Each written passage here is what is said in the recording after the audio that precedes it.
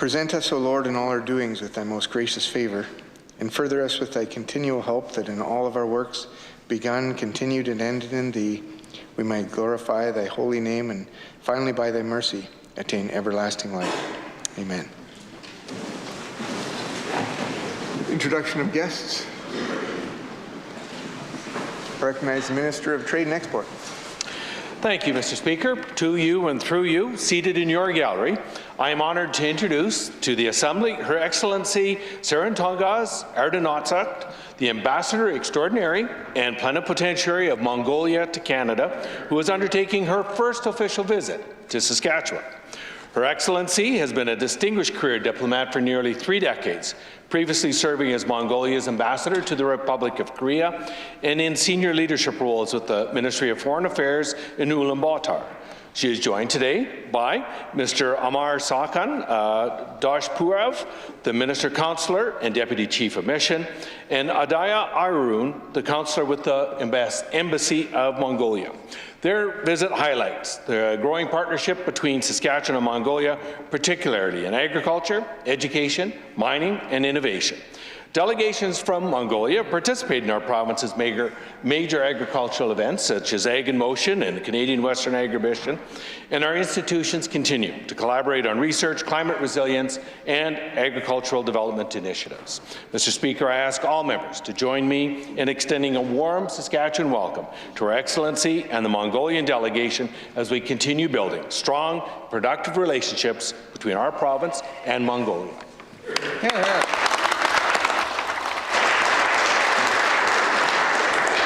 I recognize the member from Saskatoon-Riversdale. Thank you, Mr. Speaker. On behalf of the official opposition, I would also like to take this opportunity to warmly welcome the delegation from Mongolia and echo my colleagues' words in looking forward to deepening ties between our province and your country. And I hope you enjoy Agribition and all the province has to offer. Thank you. Hear, hear.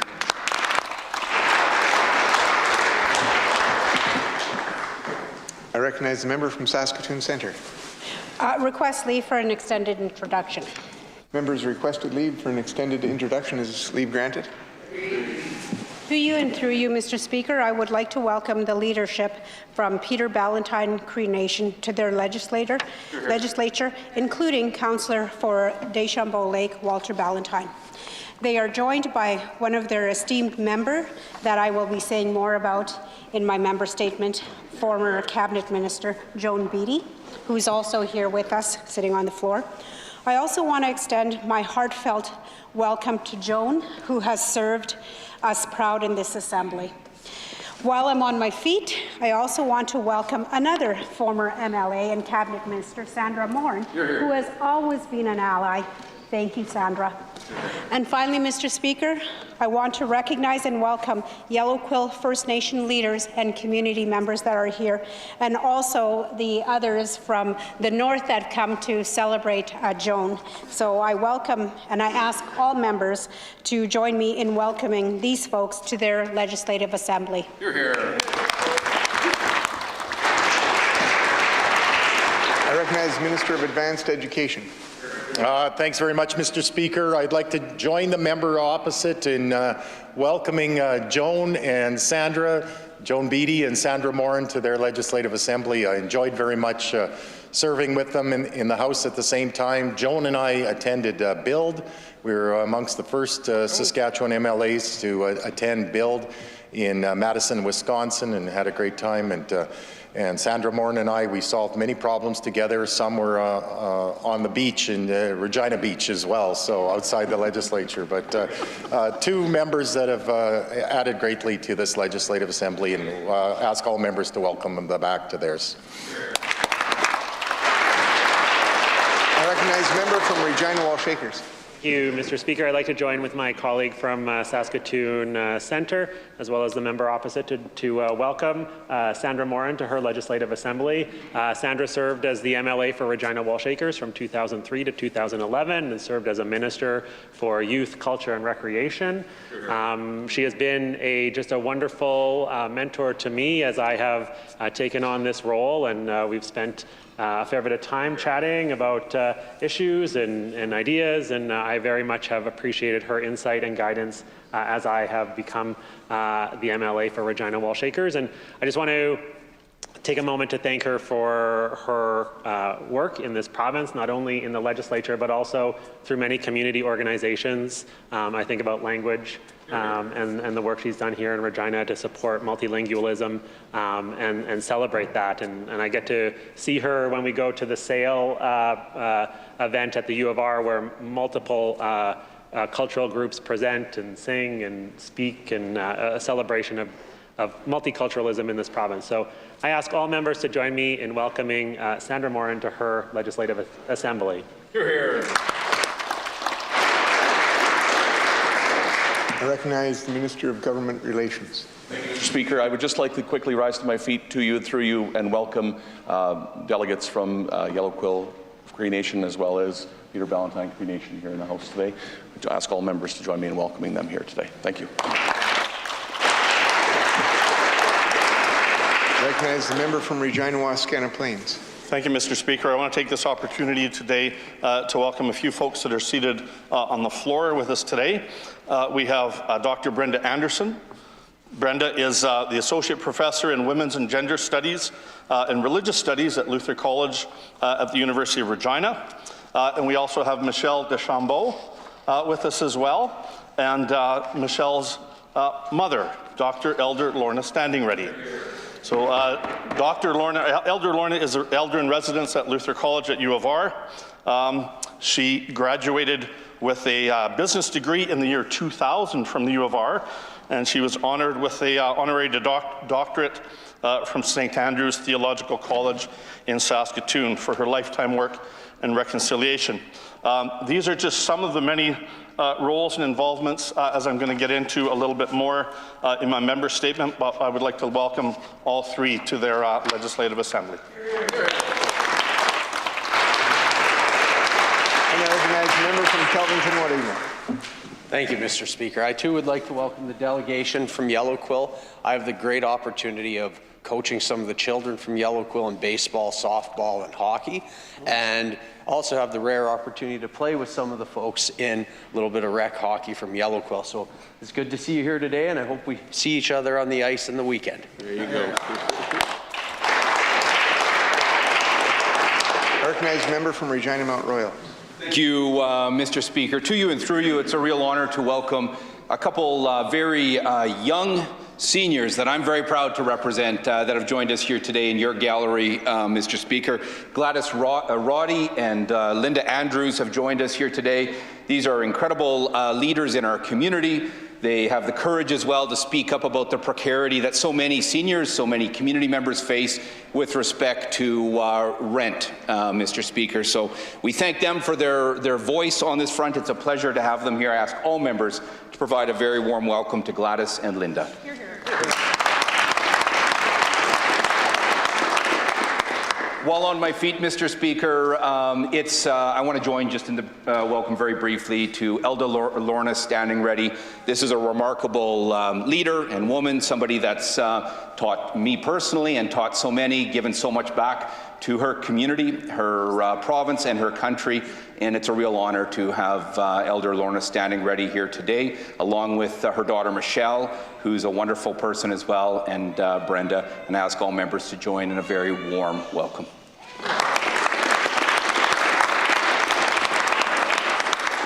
Just 10 more introductions, Mr. Speaker, while I'm on my feet. No, just two more. Joan Beattie, Sandra Morin, awesome to have you here. It's a pleasure to serve with you both, and just wonderful to have you here in your assembly where you served so honorably. Hear, hear. I recognize the Provincial Secretary. Thank you, Mr. Speaker. I wanted to introduce today Sutter Danachuk. He is the president of, I would say, arguably the best constituency, which is Martinsville-Blairmore. But this young man is an incredible asset to have. He also sits on, I believe, 4 other boards as members of, at large across this province, as well as EDAs. So anything to do with politics, this young man knows what he's talking about and gives me updates all the time. So I would like to ask all members to welcome Sutter Danychuk to his legislature. You're here. I recognize the member from Cumberland. Request leave for an extended introduction. Members requested leave for an extended introduction. Is leave granted? Thank you, Mr. Speaker. It's an honor today to rise from my chair and recognize, and has been recognized, and so I'll join some of the other members here, the former MLA that has held my seat here, Joan Beattie. I went and checked out some of the video archive when I knew you were coming to the legislature, and I got to say, the way that you stood for Northern people and represented the North is a true testament to the strength and resilience that you have growing up in the North, and a proud member of PBCN. And it's an honor to be able to have a chair that you've once sat in. And I hope I do you proud each and every day. And Sandra, welcome as well. Just because I can while I'm on my feet, I will say that Sandra, after meeting you a few times here, you're my favorite MLA from Regina Wellshakers. Here, I second that. While I'm on my feet, Mr. Speaker, I do want to recognize the leadership here from PBCN as well. Chief Peter Beattie, I've got to know you over the years. Incredible leadership, and that was on full display this summer as your communities, Denair Beach, Pelican Narrows, DeChambeau Lake, were all affected, South End included, in the response to this year's wildfires. Peter Beattie, Chief Peter A. Beattie, has been a chief and involved in elected politics quite literally for as long as I've been alive, Mr. Speaker. He's done incredible work, and he's joined here with his councillors, Justin and Walter, and I thank you both for the leadership that you've shown, the guidance that you give me as an elected leader alongside you. Last but certainly not least, I want to recognize a good friend of mine in your gallery, Mr. Speaker, Aman Mosazgi. He's a psychotherapist in northern Saskatchewan, a recipient of the Queen Platinum Jubilee Medal, has worked tirelessly in mental health and addictions, was part of the Embracing Life initiative that was part of northern Saskatchewan, just does incredible work with youth and everybody, true community leader. Honored to call him my friend, and I ask that members join me in welcoming all of these fine folks to their provincial legislature here today. Here, here.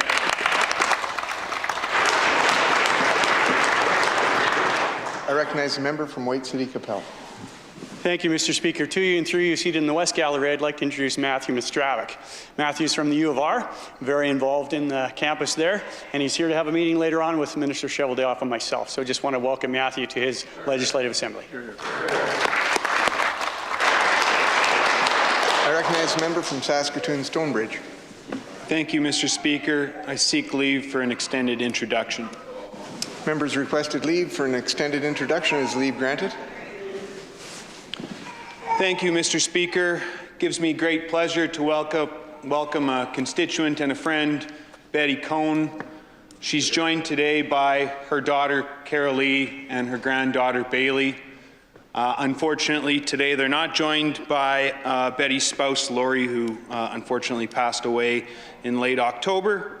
They have many grandchildren and great-grandchildren that they've dedicated themselves to over the last number of years since retiring. Very dedicated with the church, baseball, curling. Surely they're cheering on Mike McEwen as he goes for Saskatchewan, representing us in the Olympics.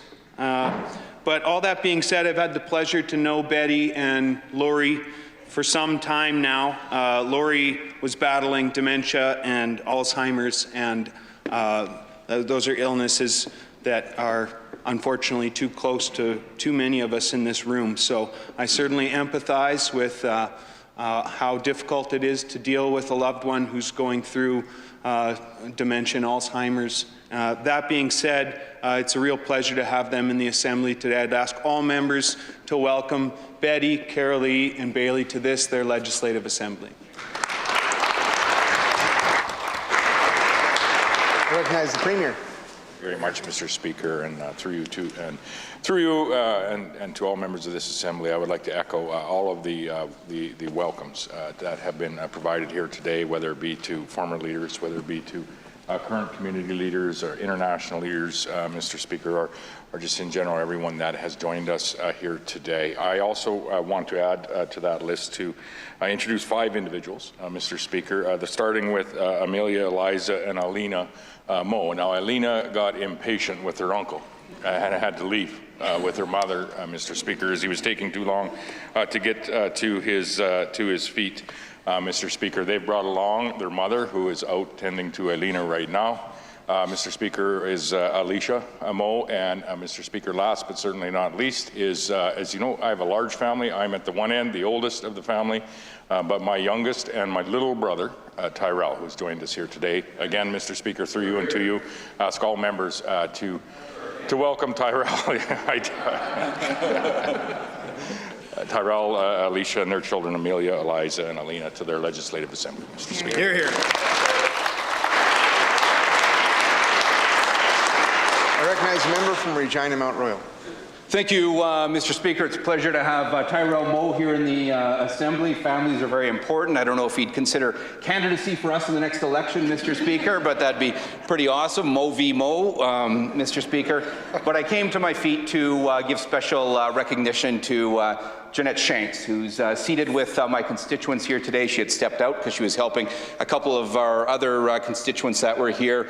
This is a remarkable community leader, the constituency assistant in our community, who extends care and support to those that are reaching out day in, day out. She does that through our office. She's fully integrated through the community and gives back in so many ways, and has for so many years, through the Abilities community and the community around the Acquired Brain Injury Association, somebody that is always there to volunteer and to give back, a tremendous athlete as well, Mr. Speaker, who helps out blind bowling and many different organizations, and was the first to put up her hand, Mr. Speaker, when we were dealing with evacuees that had basic needs that weren't being met back in the spring, Mr. Speaker, to say, hey, we can help organize being a place that can take donations and get those out to the community. And I got to work back and forth with Jeanette on that front. She had those donations coming into that office and organized and then back out the door with us as teams of MLAs and volunteers each and every day. She's a real force for good, and I'm very lucky to work with her. And I ask all members to welcome Jeanette Shanks to her assembly.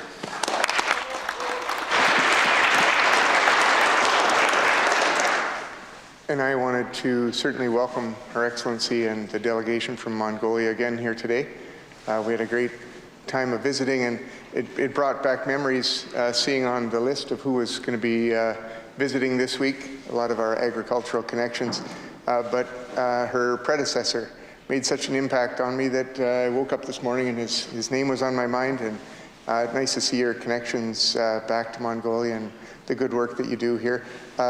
Mongolia and Saskatchewan have many of the same similarities, agricultural, very, very kind and humble people. If I can say for Saskatchewan too, I can certainly say that for Mongolia. And we hope that you have a great week here in Saskatchewan, that you make many wonderful connections, and certainly send greetings back to Mongolia from here to Addie as well. So thank you for being here. We will move from that to petitions. Recognize the member from Regina, Wascana Plains. Thank you, Mr. Speaker. I rise in the Assembly today to present a petition to call on the Saskatchewan government to take immediate action to stand up for Indigenous children and all vulnerable students by advocating for the full restoration of funding previously supported by Jordan's Principle. Jordan's Principle was established to ensure that First Nations children have equitable access to the services they need, including supports in schools. The recent loss of this federal funding will leave a significant gap in Saskatchewan classrooms, especially for Indigenous students who rely on inclusive education supports to thrive. Funding cuts by the federal government have led to the layoff of 80 educational assistants from Saskatoon Public Schools, with more funding shortfalls expected this fall. Instead of stepping up to fill this gap, the 2025-26 provincial budget reduces education funding, budgeting $4.4 billion less than what was actually spent the previous year. This is an alarming move at a time when our schools are already stretched to the breaking point due to chronic underfunding and short staffing. The prayer reads as follows. We respectfully request the Legislative Assembly of Saskatchewan stand up for Saskatchewan and advocate for the restoration of federal Jordan's Principle funding and to support Indigenous students in schools. Commit to sustainable, predictable, and equitable provincial funding for inclusive education across Saskatchewan. Ensure education support workers have the resources and staffing they need to keep safe and support every student's learning journey. Mr. Speaker, the signatories today reside in Meadow Lake and Regina. I do so present. I recognize a member from Regina Northeast. Merci, Monsieur le Président. I rise today to present a petition to the Legislative Assembly of Saskatchewan to fix the crisis in healthcare. The undersigned residents wish to bring to our attention that Saskatchewan still has the longest wait times for knee and hip replacement surgery, that it is unacceptable that women in this province are being forced to travel out of province still for routine breast cancer diagnostic care, and that Saskatchewan people deserve adequate access to health care where and when they need it. I'll now read the prayer. The prayer reads as follows. We respectfully request that the Legislative Assembly of Saskatchewan call on the Government of Saskatchewan to immediately address the short staffing crisis in healthcare and work with healthcare workers on solutions to improve patient care. The undersigned residents are from Saskatoon. I do so present. I recognize the member from Regina Pasqua. Thank you, Mr. Speaker. Mr. Speaker, I rise here today to present the petition to the Legislative Assembly to address the affordability crisis. We, the undersigned resident of the province of Saskatchewan, wish to bring to your attention the following. That inflation is the highest it has been in more than 3 decades. That according to Angus Reid, 84% of Saskatchewan people are feeling stressed about money, the highest such rate of financial insecurity in Canada. That half of Saskatchewan residents were living paycheck to paycheck before transportation and food costs skyrocketed in 2022. That the Sask Party government's power, PST and tax hike makes life more expensive. We, in the prayer that reads as follows, respectfully request the Legislative Assembly of Saskatchewan call on the Government of Saskatchewan to meaningfully address the affordability crisis in Saskatchewan. This petition has been signed by the resident of Regina. I do so present. Thank you. I recognize a member from Saskatoon Riversdale. Thank you, Mr. Speaker. I rise today to present a petition calling on the Government of Saskatchewan to renew the federal-provincial child care agreement. The undersigned residents would like to bring to our attention the following. The federal government renewed its $10 a day child care agreement with 11 provinces and territories until 2031. Saskatchewan is one of 2 provinces that have not renewed the agreement. Child care operators and parents have voiced their concern. They know that affordable and accessible child care is critical for families, our economy, for jobs, and our future. Licensed child care centres have contributed to the local economy by providing local jobs, opportunities for professional development, and by allowing parents to join or rejoin the workforce. And without access to affordable and accessible childcare, families will be forced to leave the workforce, which will have impacts on our economy and communities. With that, I'll read the prayer. We, in the prayer that follows, respectfully request the Legislative Assembly of Saskatchewan call on the Government of Saskatchewan to immediately renew the federal-provincial child care agreement to save jobs, help families, and boost our economy. The signatories to this petition reside in Saskatoon. I do so submit.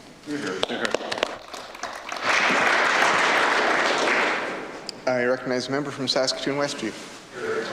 Thank you, Mr. Speaker. I'm pleased to rise in the Legislative Assembly today to present this petition to implement rent control now. The undersigned residents of the province of Saskatchewan wish to bring to your attention the following. That Saskatchewan tenants are currently experiencing the highest level of rent increases in the country.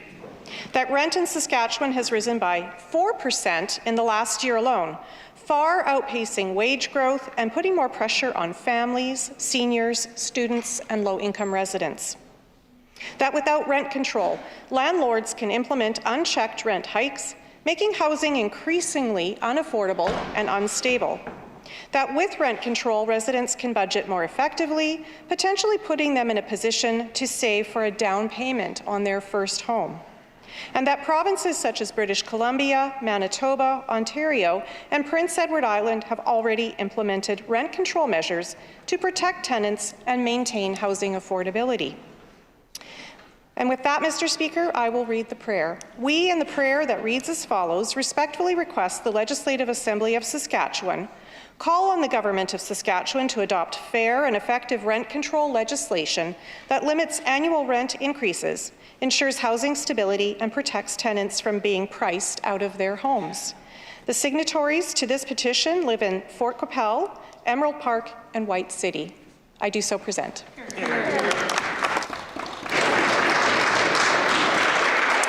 Reading and receiving petitions. Statements by members. I recognize a member from Kindersley-Biggar. Mr. Speaker, it's a great day in Saskatchewan. Canadian Western Agribition is back in Regina. The ceremonial burning of the brand earlier today kicked off what is the biggest livestock show in Canada. For 54 years, Agribition has showcased the livestock and agribusinesses that represent the very best of the industry. It is an international hub of agricultural excellence with leaders from around the world coming together to do business, network, and learn. Mr. Speaker, Agribition continues to grow, hosting over 1,200 international guests from over 69 countries in 2024. It's events like Agribition that truly highlight the fact that Saskatchewan has the food, fuel, and fertilizer that the world needs.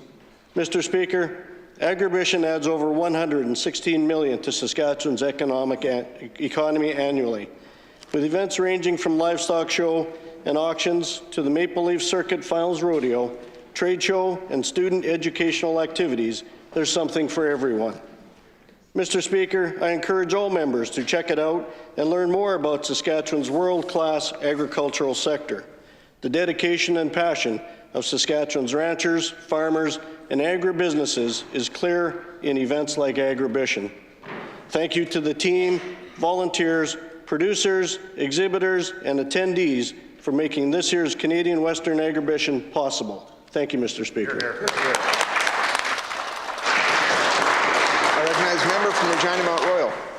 Mr. Speaker, the Canadian Western Agribition kicked off today here in Regina for its 54th year. This is the place to be this week. Livestock producers from across Canada and around the world have converged on Regina for Agribition for more than half a century.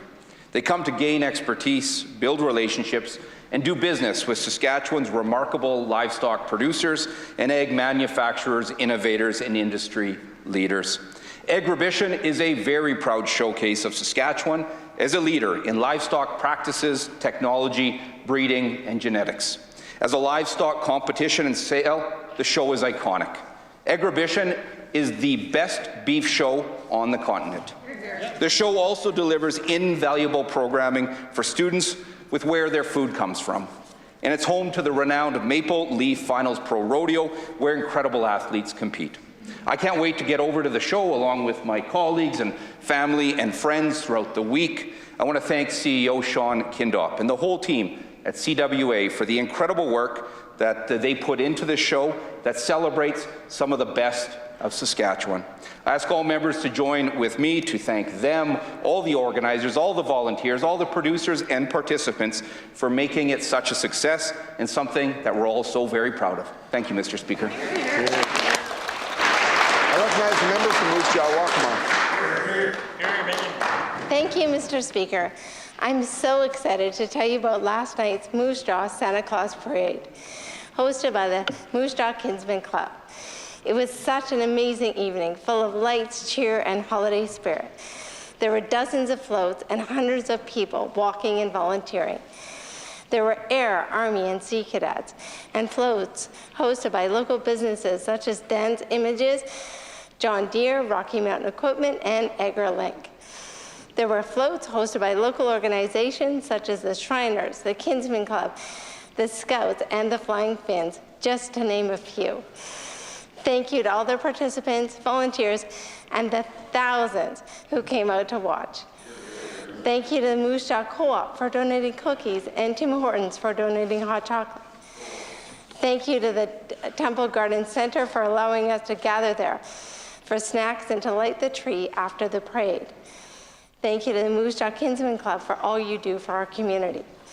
I am so proud to have had our very own Deputy Premier, 3 ministers, and 5 MLAs from this side of the House in the parade. Christmas is a great opportunity to think of what we are grateful for. I'm grateful for the amazing people in the city of Moose Jaw and for being part of a team that supports each other so we can all continue to support a safe, strong, and secure community all across the province. Member from Saskatoon Centre. Mr. Speaker, on September 4th, Saskatchewan marked 120 years. In all that time, only 3 First Nation women have ever been elected to this Assembly. I am one of them. I stand here on the shoulders of the very first, Joan Beattie. When she entered this chamber, she carried with her integrity, compassion, and courage. She made it possible to see herself here in a place where few believed it was possible. She broke barriers, shattered expectations, and showed our daughters, our sisters, and our grandmothers that they belong in these seats too. Her leadership was transformative. She brought Indigenous values into a space that often resists change. She left a lasting legacy woven into this very building. The Indigenous artwork and murals that grace the Legislative Building and the beaver pelt with the beaded picture of our province. These are not just symbols. They are the daily reminders of who we are and of the truth this legislature must hold. Being a First Nation woman in mainstream politics is not easy. Joan B. showed us that it can be done with dignity, with strength, and with love for her people. This afternoon, in partnership with her nation, we will hold a reception to honour Joan Beattie to ensure her legacy continues to inspire future generations. Mr. Speaker, I ask all members to join me in thanking Joan Beattie for all she has done for this province and for being the first First Nation woman to be elected in provincial politics. Mr. McGuish.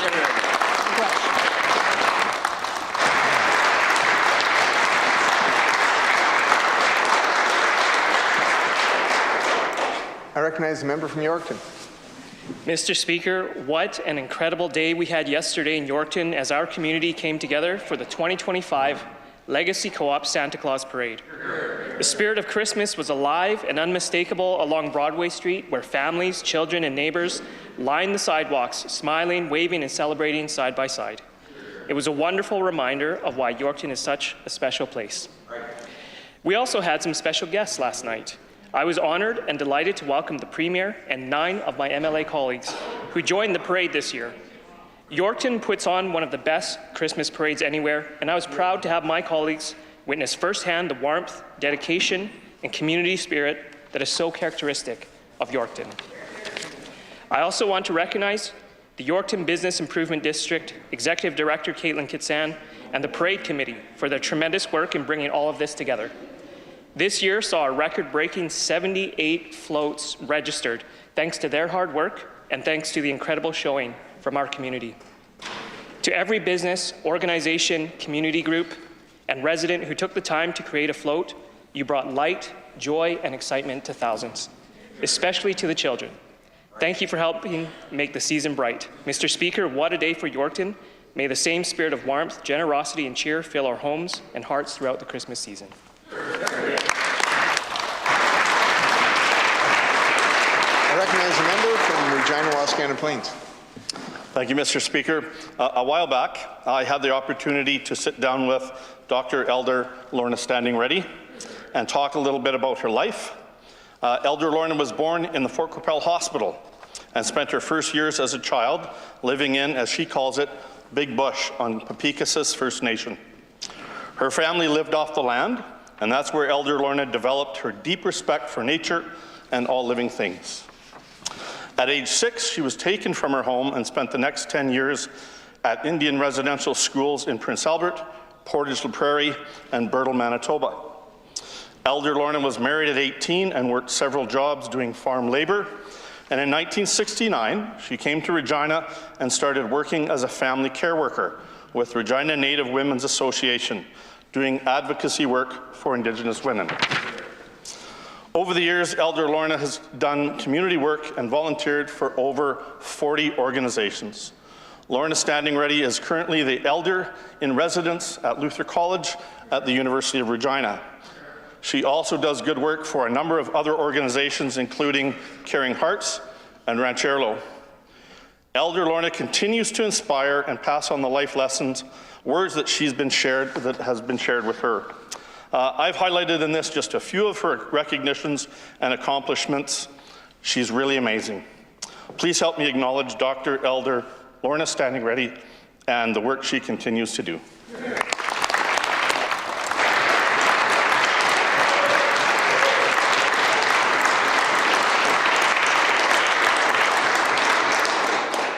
I recognize the member from Prince Albert, Carleton. Thank you, Mr. Speaker. It's incumbent on us as elected members to make sure we're bringing accurate information to the public discourse. Last week, the NDP put out a news release on investment in residential construction to try and justify the rent control policy. The only issue is, Mr. Speaker, every single number the NDP put out was wrong. The NDP tried to run down Saskatchewan's economy by claiming new housing investments had only grown by 98%. Mr. Speaker, they were off by 40%. In reality, Saskatchewan's housing investment has grown by 138%. We are first in the nation when it comes to housing starts. These errors should come as no surprise from the NDP, who mix up revenue and expense in their election platform. But the NDP will do anything to try to justify their ill-conceived policies like rent control, which would dry up investment and lead to housing shortages. According to the CMHC, rent control reduces housing quality, decreases housing supply, and leads to poor maintenance on rental units.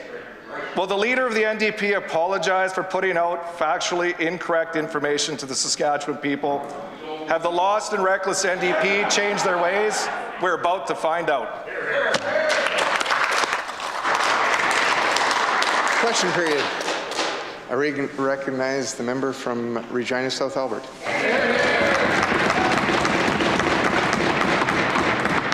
Thank you very much, Mr. Speaker. Let's revisit the facts. Rent has gone up in Saskatchewan for 40 months straight. That's right. Every single day, hard-working, employed people in Saskatchewan come forward with heartbreaking stories of having to choose between heating and eating and paying rent.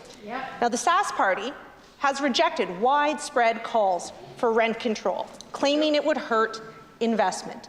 And yet, PEI, Manitoba, Ontario, Quebec, and yes, even BC, Mr. Speaker, they all have rent control, and guess what? They have all outpaced the Sask Party government in new residential building investment since this Premier took office. If rent control is so bad, Mr. Speaker, why are the provinces that are doing it demonstrably better than Saskatchewan getting more houses built? I recognize the Minister of Finance.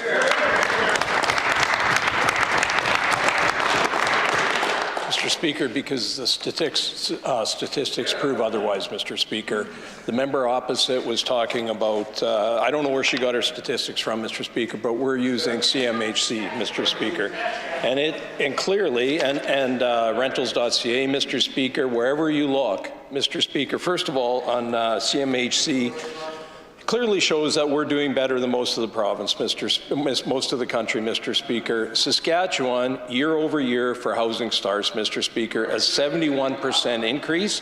Mr. Speaker, NDP BC with rent control, a reduction of 21%. Mr. Speaker, that clearly it shows everywhere this has been tried, Mr. Speaker, rent controls end up doing the exact opposite because investment dries up. Corporations, individual people that build houses and rent houses out don't want to be somewhere where there's rent controls, Mr. Speaker. It dries up investment, the exact opposite of what they're trying to achieve happens. I recognize the member from Regina South Albert. Thank you very much, much, Mr. Speaker. Again, the facts: Ontario, BC, Quebec, PEI, Manitoba, all getting more houses built than this Premier in his term in office. But perhaps, Mr. Speaker, it's more that this government is focused on defending big corporate out-of-province landlords over the interests of the 300,000 renters here in Saskatchewan. Those people are piling on debt. Families, newcomers, seniors, they have the highest financial anxiety right here in Saskatchewan, Mr. Speaker. Who is this Premier really interested in working for? The 300,000 Saskatchewan renters whom rent control would help, or the out-of-province corporate landlords who bankroll his government? I recognize the Minister of Finance.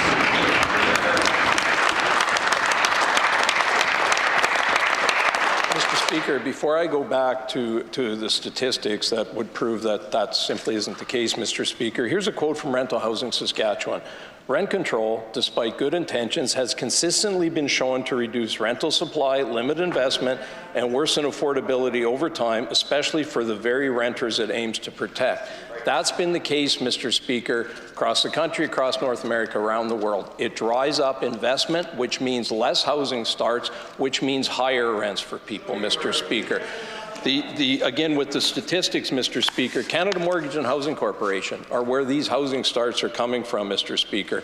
I read year over year, year to date, Mr. Speaker. Saskatchewan, a 50.8% increase in housing starts, Mr. Speaker. NDP British Columbia with rent control, -4%. Mr. Speaker, that's the case over and over, whichever statistics you look at. Mr. Speaker, the exact opposite. It might be well-intentioned, Mr. Speaker, but it dries up investment, which leads to fewer housing starts, which leads to more pressures and long-term increases. Recognize the member from Regina South Albert.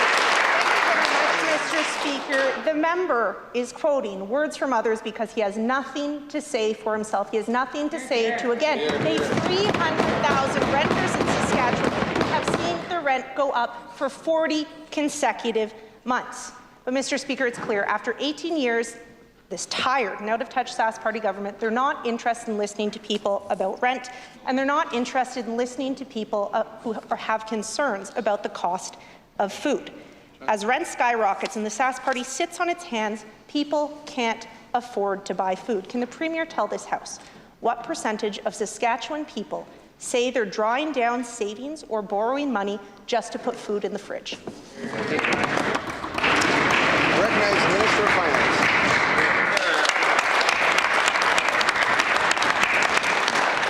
Mr. Speaker, the member opposite at her preamble for those last series of questions, Mr. Speaker, said that I was reading quotes because I couldn't speak for myself. Mr. Speaker, I'm happy to speak for myself. The simple fact of the matter is it's simple economics, Mr. Speaker. The reason I was reading those quotes in is because those folks are experts, Mr. Speaker, economists from all around the world who tell us that rent control does not work because it simply dries up investment. Investors aren't going to put their money where they can't get a reasonable return on their investment, Mr. Speaker. That's why this government is not going to introduce rent control. Instead, we're going to have the secondary suite incentive, Mr. Speaker, so that we can create more units, Mr. Speaker. The first-time home buyers, which we've increased by 50%, Mr. Speaker. That's why we're opposed to rent control. I recognize the member from Regina South Albert. Mr. Speaker, that was a simple, straightforward question to the Premier about how many people in Saskatchewan can't afford groceries. And the answer is 4 in 10. 4 in 10 people are borrowing money or spending their savings to afford food. There is no excuse for that in a province as wealthy as Saskatchewan. It's a higher number than anywhere else in Canada. And yet, Mr. Speaker, despite this, we see a Sask Party government that is taxing food. They're taxing kids' clothing. They're taxing tires. They're taxing carbon. They're taxing the homes of wildfire victims, Mr. Speaker. You need it. They tax it. This is a government that loves to defend their past actions and rehash election campaign promises, but they have nothing to say to people who are choosing between heating and eating, who are seeing their rent go up every single month. So a simple question to that government. Will you scrap your PST hikes on, well, basically everything, and put that money back where it belongs, in the pockets of hardworking Saskatchewan people? I recognize the Minister of Finance.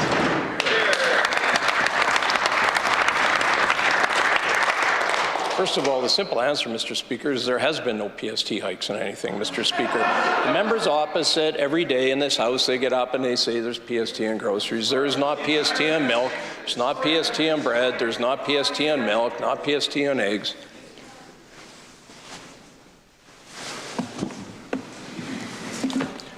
Mr. Speaker, there's not PST in any of those groceries, Mr. Speaker. And as far as affordability, Mr. Speaker, Saskatchewan, we recognize the pressures families are feeling, Mr. Speaker. Groceries have increased, just like they have across the nation and around the world, Mr. Speaker. We recognize those.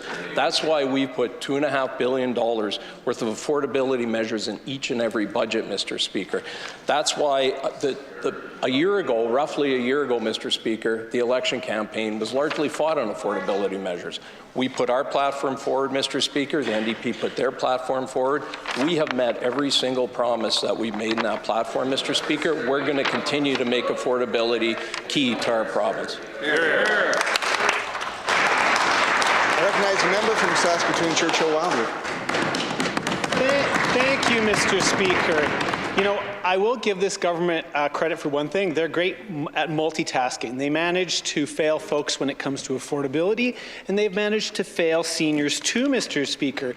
Today, we're joined by the family of Laurie Cohn and your Speaker, his wife Betty, daughter Carolee, granddaughter Bailey. The Cohn family lost Laurie tragically a little over a month ago, Mr. Speaker. Just 36 hours after the family moved him into an SHA-run facility in Saskatoon, Laurie wandered away, broke his hip, and died a short time later of complications from that fall. Mr. Speaker, this is the second time I'm up in this legislature in this period of about 8 months asking the minister about a senior who wandered away from a facility and then died. Mr. Speaker, can the minister commit right now to make sure that no other senior will die like this under her watch, Mr. Speaker? I recognize the Minister of Seniors. Thank you, Mr. Speaker, and I thank the family for joining us here today, Mr. Speaker. Anytime we put our loved ones in a facility, we fully expect that they're going to be taken care of, and this is unacceptable, Mr. Speaker, and that's what I have to say. We have procedures in place, rules that are supposed to be followed, and I understand that this case is being looked into, and if anything comes out of it that needs to be changed within that facility or any other facilities we have because of what they find, Mr. Speaker, those changes will be made. And I just extend my condolences to the family, and truly, I feel for them, Mr. Speaker. I recognize a member from Saskatoon, Churchill-Wildwood. Mr. Speaker, again, this is the second time in a period of 8 months that almost the identical thing has happened. Mr. Speaker, Laurie had Alzheimer's. His condition got worse. His family reached out for help. They advocated and pushed for him to get the care that he needed. When they finally received word that there was a temporary bed available at a home in my riding, Preston Special Care Home, they thought that Laurie would be properly looked after. Little did they know that this facility was understaffed and unable to care for somebody who was known to wander. What will the minister undertake, what action will she undertake specifically to make sure that this never happens again, Mr. Speaker? I recognize the Minister of Seniors. Thank you, Mr. Speaker. Mr. Speaker, in my previous answer, I said that the situation was unacceptable. I said that the matter is being looked into.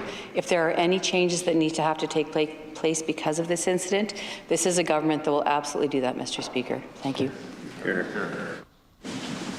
I recognize the member from Saskatoon, Churchill-Wildwood. Again, Mr. Speaker, second time in 8 months. The last time was unacceptable as well. What actions were taken last time to make sure that Mr. Cohn wasn't able to leave his facility and die?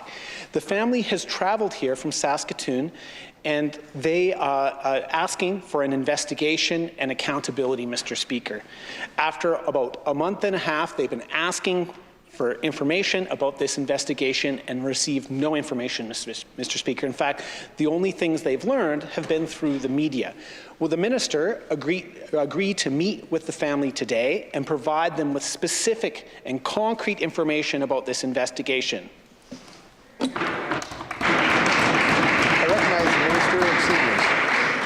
Thank you. Thank you, Mr. Speaker. Of course, I will meet with the family today, and if there are any outcomes that have come from that investigation so far, I'd be more than happy to share them. And if they're not forthcoming today because it's still taking place, then I will share them in the future, Mr. Speaker. But I would be more than happy to meet with them today.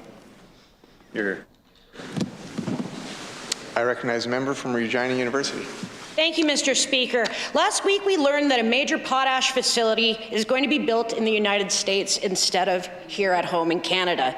It's disappointing news, but it's not a surprise. The federal government has failed for years to ensure our ports can provide the capacity and reliability our exporters need to get products to market, and this Premier has failed to make the case that improving performance of our West Coast ports is essential to Saskatchewan's prosperity. How does the Sask Party defend their record of failing to get the infrastructure our economy needs? I recognize the Minister of Trade and Export. Thank you, Mr. Speaker. You know, Saskatchewan continues to have the strongest economy in Canada, Mr. Speaker. You know what? We're very encouraged to hear that potash demand is increasing that significantly, Mr. Speaker. However, what we do here, what we're very disappointed in is the NDP driving investment out of Canada. What we're very disappointed in is the NDP government of BC picking winners and losers, Mr. Speaker.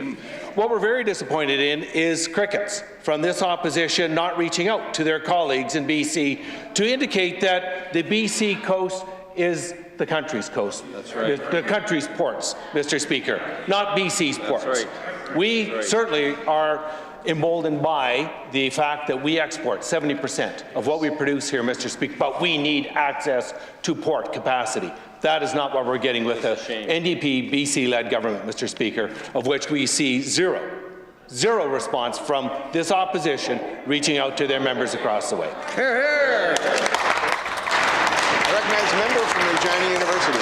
Thank you very much, Mr. Speaker. I understand how this government loves to point figures because after 18 years they have not been able to get the job done. Respect for our potash workers means reaching out and talking to the federal government who can actually accomplish something or get our product to market. Mr. Speaker, we need a rail system that performs and delivers.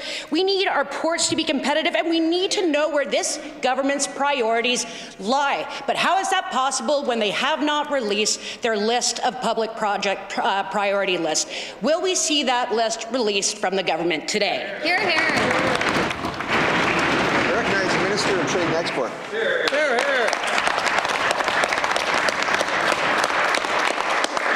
Well, Mr. Speaker, we're not going to take any lessons from the NDP right now on major projects that, unfortunately, again, as we see in BC, have taken decades to even get permits pulled to be able to build or even be able to expand.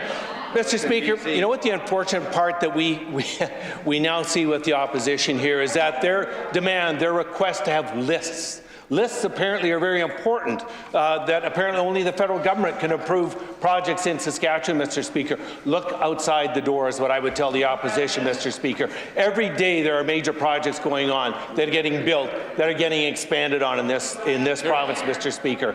We will be taking no lessons from the opposition as to what their priority believes that we need to make our priority, Mr. Speaker. Hear, hear.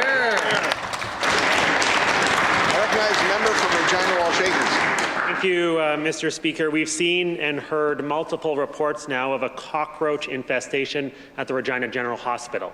This is obviously very concerning, Mr. Speaker, and only adds to the complete chaos that we see in healthcare after 18 years of this Sask Party government. Two questions, Mr. Speaker. Is the minister aware of this cockroach infestation, and what action has he taken to fix this situation at Regina's General Hospital? I recognize the Minister of Health.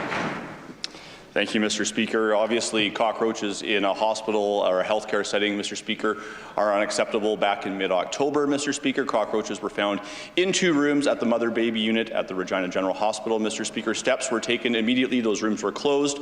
And, Mr. Speaker, constant monitoring has happened since, and no further evidence of cockroaches in those units. Thank you, Mr. Speaker. I recognize a member from Regina Walsh Acres. Thank you, Mr. Speaker. Last week, the member for Regina Northeast spoke to a constituent who was horrified after he saw containers filled with mouse feces while cared for in a high-risk ward at the Regina General Hospital in September. So this is a hospital again, Mr. Speaker. We shouldn't be seeing cockroach infestations or mouse feces in the very places that patients are being cared for. Instead of downplaying these concerns, what is the minister going to do to fix these healthcare concerns and make sure they don't happen again in hospitals in this province? I recognize the Minister of Health. Thank you, Mr. Speaker. Mr. Speaker, as I indicated in my previous answer to the member opposite, pests like this are unacceptable in a healthcare setting, Mr. Speaker, where we want to put patients first each and every single day, Mr. Speaker. I spoke with the Saskatchewan Health Authority very recently about this, Mr. Speaker. The Saskatchewan Health Authority has a contract for pest control services. Work is done weekly, Mr. Speaker, and that work continues on to make sure that our healthcare facilities are pest-free and ready for patients. I recognize the member from Regina, Wascana Plains. Well, Mr. Speaker, the Sask Party government doesn't seem to care about cockroaches in hospitals, and they don't seem to care about cockroaches in hotels. The Coachman Inn right here in Regina is infested with cockroaches and bed bugs. And yet, the Minister for Social Services continues to send at-risk clients to spend the night there. Why does the minister think it's unacceptable or it's acceptable to send clients to a hotel they know is unsafe? I recognize the Minister of Social Services. Well, thank you, Mr. Speaker, and I've been apprised by my ministry that as of today there are no social services clients at the Coachman, and I think this speaks to a larger issue and an announcement that we made last week, Mr. Speaker, on the provincial approach to homelessness. A $20 million expansion and renewal of the original provincial approach to homelessness, which was a $40.2 million investment. It's foundational funding. The $20 million is, in terms of an expansion and renewal, is going to create additional shelter spaces. It's also going to create additional supportive housing spaces, Mr. Speaker. This is something that is taking place multi-ministry through the Ministry of Mental Health and Addictions, Corrections, Policing and Public Safety, Mr. Speaker. This is an issue we take extremely seriously, and it's one that we're going to keep working diligently on with our partners. Thank you, Mr. Speaker. I recognize the member from Regina, Wascana Plains. Mr. Speaker, the minister can't claim to be taking this issue seriously. If he did, he would have acted in July of 2024. That's when one of his ministry's top officials noted in writing that he was, quote, not sure that this hotel should be on our list if this is the conditions of the hotel, and it sounds like it's known in Regina to be, or to not be, a great hotel. Why did the minister fail to listen to his officials' advice over a year ago and stop sending people to this unsafe, unhealthy hotel? I recognize the Minister of Social Services.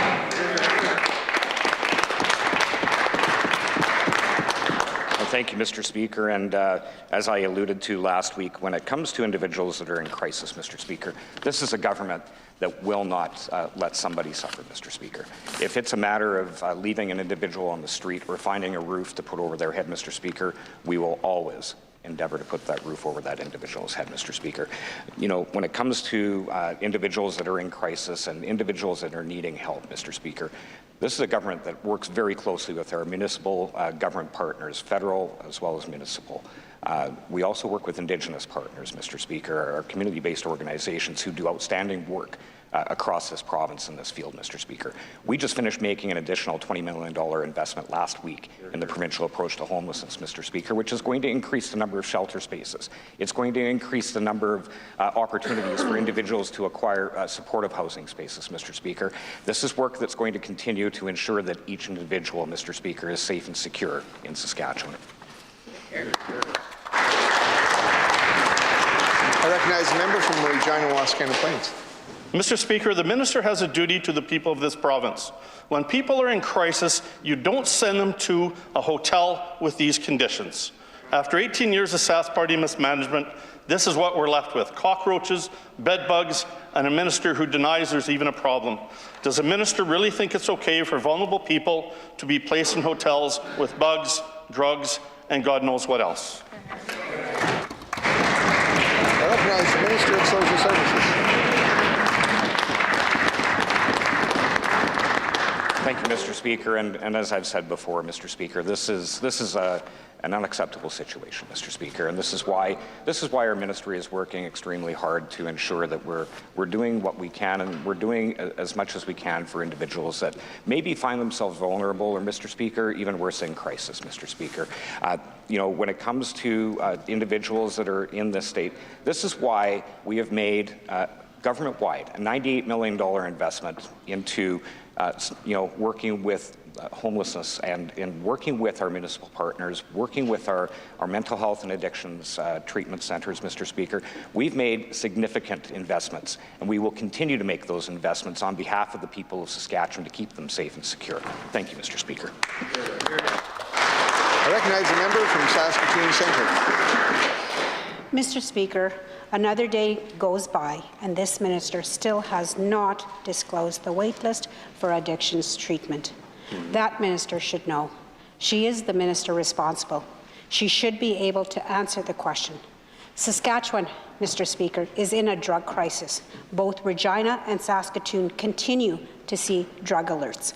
People need to be able to access care when they need it. They've been talking about central intake systems for 2 years. 2 years. We know these wait lists are updated daily. Mr. Speaker, how many people are on wait lists for inpatient treatment, and how many people are waiting to access care? I recognize the Minister of Mental Health and Addictions.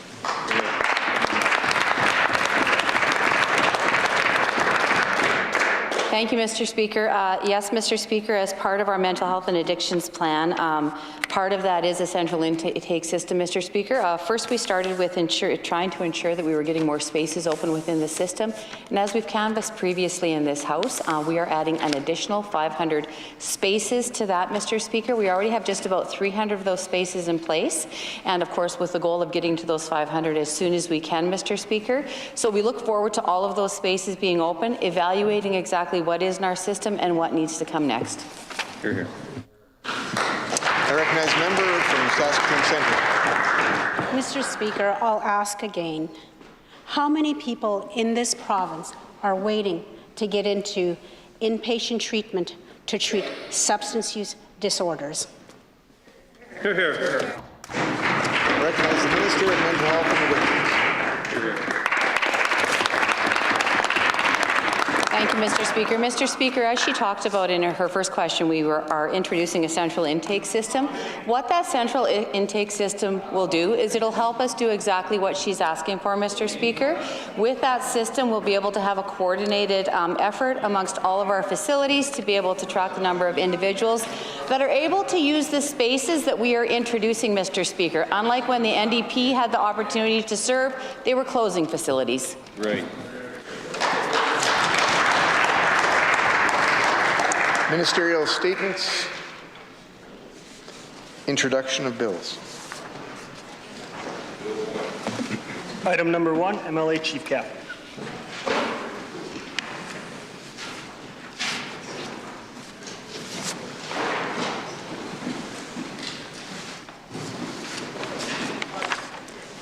Oh, here I'm looking on the other side. Sorry about that. I recognize the member from Saskatoon Westview. Mr. Speaker, I move that Bill 608, the Rent Control Act, be now introduced and read a first time. It's been moved by the member from Saskatoon Westview that Bill number 608, the Rent Control Act 2025, be now read a first time. Is it the pleasure of the Assembly to adopt the motion? Carried.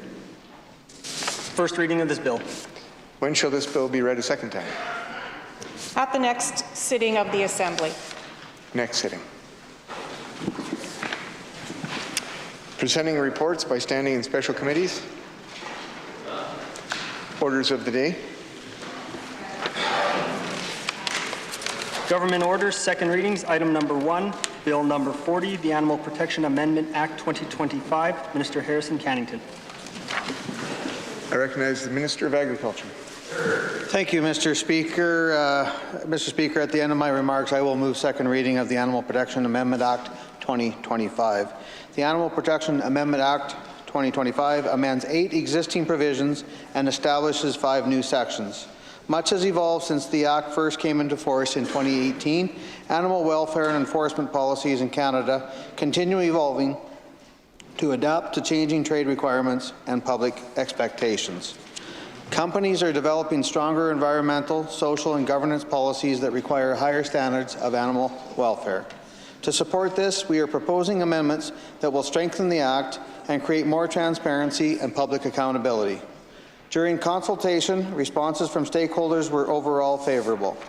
The following changes will strengthen the Act: creation of animal welfare inspector positions, authority to obtain telewarrants to relieve animal distress, authority to establish agreements with the Government of Canada, provincial governments, other ministries, local authorities, municipalities, and Indigenous communities for the purposes of enforcement.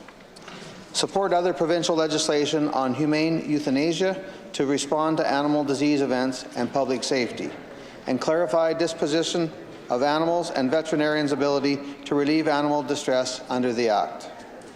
The following changes are administrative in nature and will enhance public transparency and accountability.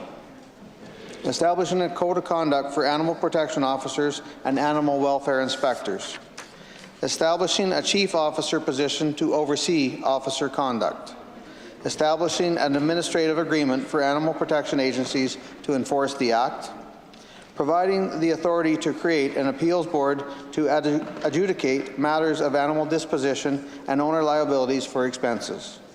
Establishing guidelines on the use, receiving, and disclosure of information by designating agencies, and expanding the definition of animal protection officers to include police members as defined in the Police Act 1990. To date, livestock industry stakeholders have been supportive of this approach and have had little to no concerns with the proposed changes, and no major impacts to the province's livestock producers and animal owners are anticipated. There is one set of regulations under the existing Act. The current regulations will need amendments and prescribing certain provisions to accommodate changes in the Act. Regulations for the Code of Conduct and cost of care will be established to support the Act's provisions. The Ministry is ready to engage with stakeholders to further discuss these matters and bring forward the regulations in 2026. It is anticipated that the new Act and regulations could come into force as early as January 1st, 2027. In summary, Mr. Speaker, the Animal Protection Amendment Act 2025 will address some of the critical gaps in enforcement to establish better public accountability while balancing regulatory approaches and evolving animal welfare requirements. Mr. Speaker, I move second reading of the Animal Protection Amendment Act 2025. Thank you, Mr. Speaker. It has been moved that Bill number 40, the Animal Protection Amendment Act 2025, be now read a second time. Is the Assembly ready for the question? I recognize the member from Regina South Alberta.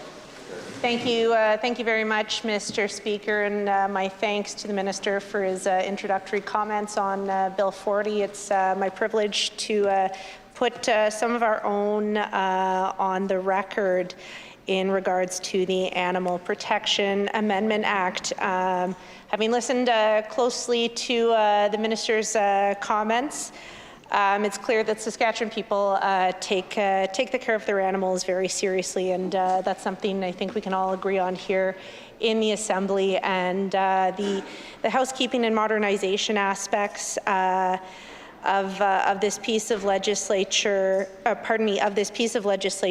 I think are incredibly important. The Minister noted that he'd heard little to no concerns about this. Of course, the critical dig into that with stakeholders to make sure that's the case. And I heard the Minister again talk about the potential for having this bill and the regulations in place by January 2027.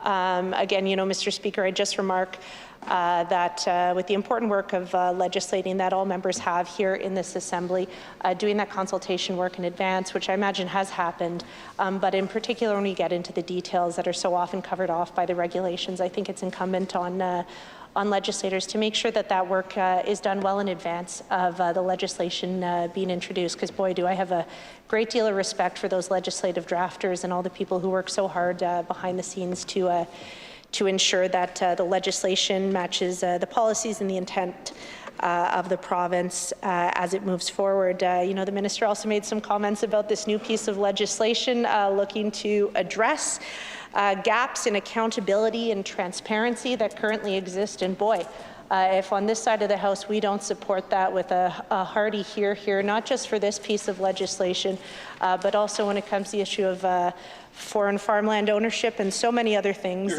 here in that we discuss here in this Assembly, Mr. Speaker. With that, the critic's going to be consulting with stakeholders.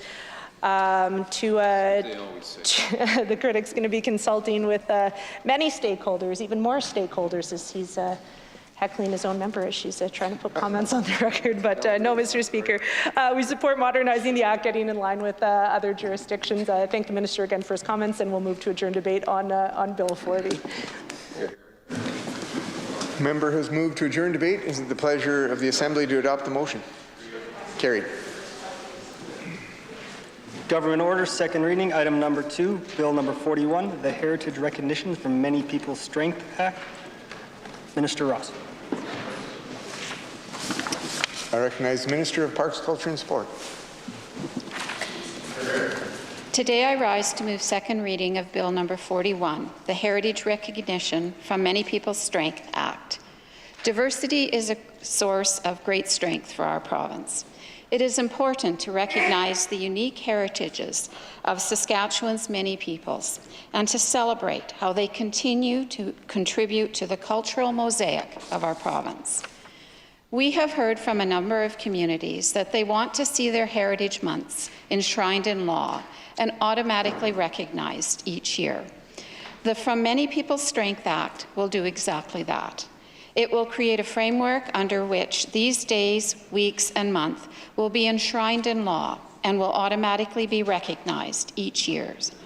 Examples of the heritage recognitions that will be enshrined in law under the new framework include African Heritage Month in February, Le Mois de la Francophonie in March, Filipino-Canadian Heritage Month in June, Hellenic Heritage Month in March, Hindu Heritage Month in November, Hungarian Heritage Month in October, Islamic History and Heritage Month in October, Jewish Heritage Month in May, Sri Lankan Heritage Month in April, and Ukrainian Heritage Month in September.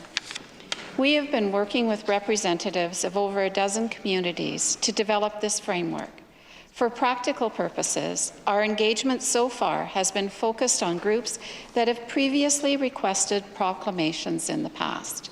Since introducing Bill 41 last Thursday, we have already heard from additional groups who are interested in participating in the new framework. I encourage all other cultural or faith groups who are interested in participating to contact my office, and I would be pleased to meet with them and start collaborating. The response so far has been overwhelmingly positive, as communities across Saskatchewan appreciate the value of recognizing their unique heritages and reaffirming our shared commitment to multiculturalism. While we have provided the option of choosing a specific day or week, so far all groups have chosen a month, consistent with proclamations in the past. Months are not exclusive to any group because we only have 12 months to work with. Similarly, days and weeks are not exclusive. There can be overlap, as it is currently the case in proclamations. By including all heritage recognitions under a unified framework, we are not only able to accommodate more recognitions and do so more quickly, we also send a strong signal of unity within our broader cultural mosaic. Mr. Speaker, what more fitting a name for enshrining heritage recognition in the law than our provincial motto, From Many People's Strength? I look forward to finalizing the standalone documents specific to each individual community's heritage recognition so that they can be added to the new framework after the legislation receives royal assent next year. Mr. Speaker, I now move second reading of Bill number 41, the Heritage Recognition from Many People's Strength Act.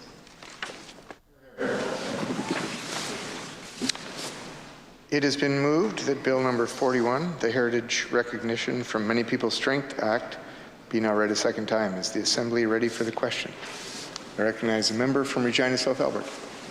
Thank you. Thank you very much, Mr. Speaker, and my thanks to the Minister for those introductory comments on Bill number 41, the Heritage Recognition from Many People's Strength Act. I think maybe to start with, Mr. Speaker, one of the things we were pleased to see in the initial canvass of this legislation is that previous Heritage Acts will not be repealed. That was certainly a concern out there when discussion of this bill first began. And it's really encouraging to hear the minister's comments that since the introduction of this bill, that other communities, other ethnic groups have reached out looking to celebrate their lives here in Saskatchewan, the differences that we have, things that we should celebrate, as well as coming together to recognize those important values that we share here in Saskatchewan.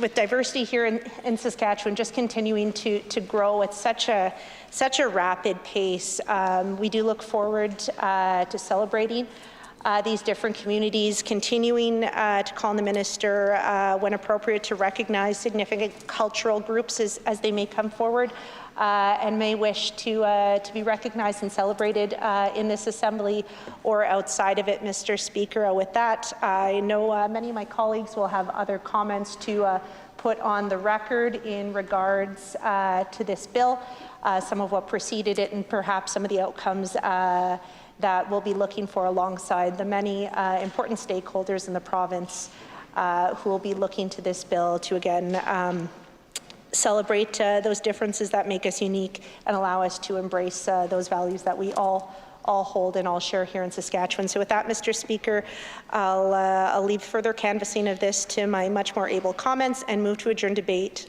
or my much more able colleagues, and move to adjourn debate on Bill number 41, the Heritage Recognition from Many People's Strength Act. This move to adjourn debate. Is it the pleasure of the Assembly to adopt the motion? Carried. Adjourn debates. Government orders, adjourn debates. Item number 1, resume debate on the second reading motion for Bill number 24, the Saskatchewan Internal Trade Promotion Act, MLA Warrington. I recognize the member from Saskatoon Eastview. Thank you, Mr. Speaker. Honored to rise and put a few remarks on the record related to Bill number 24, the Saskatchewan Internal Trade Promotion Act. Before I get to some of the things that's in this legislation, Mr. Speaker, I'll just take a little trip down some recent history of what really instigated this. It's nothing like, I wouldn't even say ambiguous, but a very direct threat to our nation's sovereignty to get something like this moving. And what we have is, our largest trading partner, our neighbors to the south, who with their current president have decided to threaten things like making Canada the 51st state and talking about imposing things on our free and sovereign nation that should not be talked about by a neighbor, by a friend, by our closest trading partner. But here we are. Lots of things have been unpredictable, I would say, in trade relationships in the last year or so. But I would say that it's becoming predictably unpredictable. As far as the comments coming from south of the border.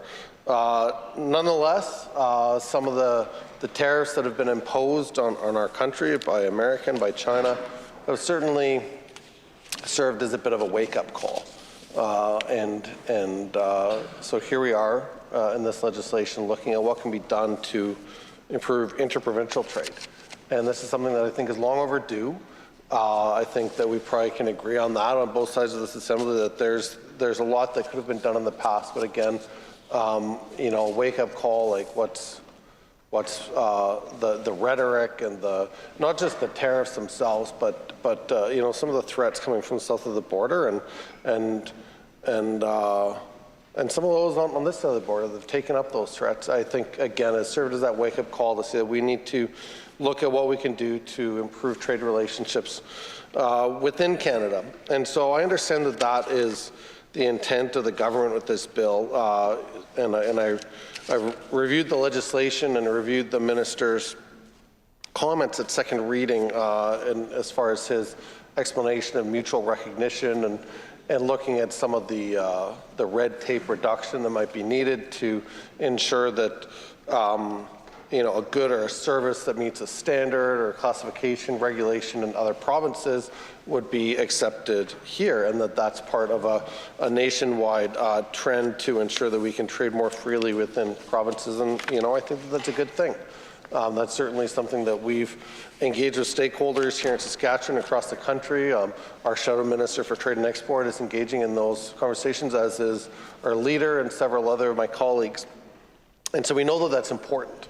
But we also know that there's perhaps some things in this legislation that are being missed. And I know that my colleague has brought forward a private member's bill that I think is going to address some of those things that are missed in this legislation in Bill 24. In particular, the protections for working people. What we don't want to see, Mr. Speaker, is so-called race to the bottom, where working conditions and protections when it comes to occupational health and safety are being relaxed or diminished, you know, in a way that could start in one province and quickly, you know, go downhill from there. And I think that we have good reason for that, Mr. Speaker. I think that when we look at the protections for working people across Canada, if we just look at our neighbors to the west in Alberta and what they've done in terms of showing a real lack of respect to the rights of working people by invoking the notwithstanding clause on teachers and imposing a contract, I think unfortunately it just shows not the kind of respect and protections for working people that we would choose to uphold here. And so for that reason, you know, I do have questions about Bill 24 and about what will be done to protect OH&S as well as other protections and rights for workers. It's one of the questions that I have about this legislation that certainly I think is addressed in the private member's bill brought forward by my colleague from Saskatoon Riversdale. But at this time, Mr. Speaker, I'll conclude my remarks, leave it there. I think that there's lots to support here, lots that we can agree can be done to strengthen interprovincial trade, but I will voice my preference for the bill brought forward on this side of the House. At this time, I will move that we adjourn debate on Bill 24, the Saskatchewan Internal Trade Promotion Act. Thank you. Member has moved to adjourn debate. Is it the pleasure of the Assembly to adopt the motion? Carried. Government orders, adjourn debate. Item number 2, resume debate on the second reading motion for Bill number 29, the Tailgating Act. MLA Breckner. I recognize a member from Saskatoon Eastview. Thank you, Mr. Speaker. You know, if there's a bill that I think I'm maybe destined to speak about in this chamber, this might be it. Looking at the incredible season of football that we've had in this province and how much fun we all had. I don't know about you, Mr. Speaker, but I would say that that was probably the most fun day at work when we had the Grey Cup champion Saskatchewan Roughriders here concluding their parade, the Saskatchewan Legislative Building, and we had members from both sides and staff throughout the building, thousands of members of the public gathered outside. What a fun day that was to recognize true excellence on the gridiron, or the season that we had with the Saskatchewan Roughriders. That was uniquely fun for me due to 2 interactions that I had. And I wanted to take a minute to just put those on the record here.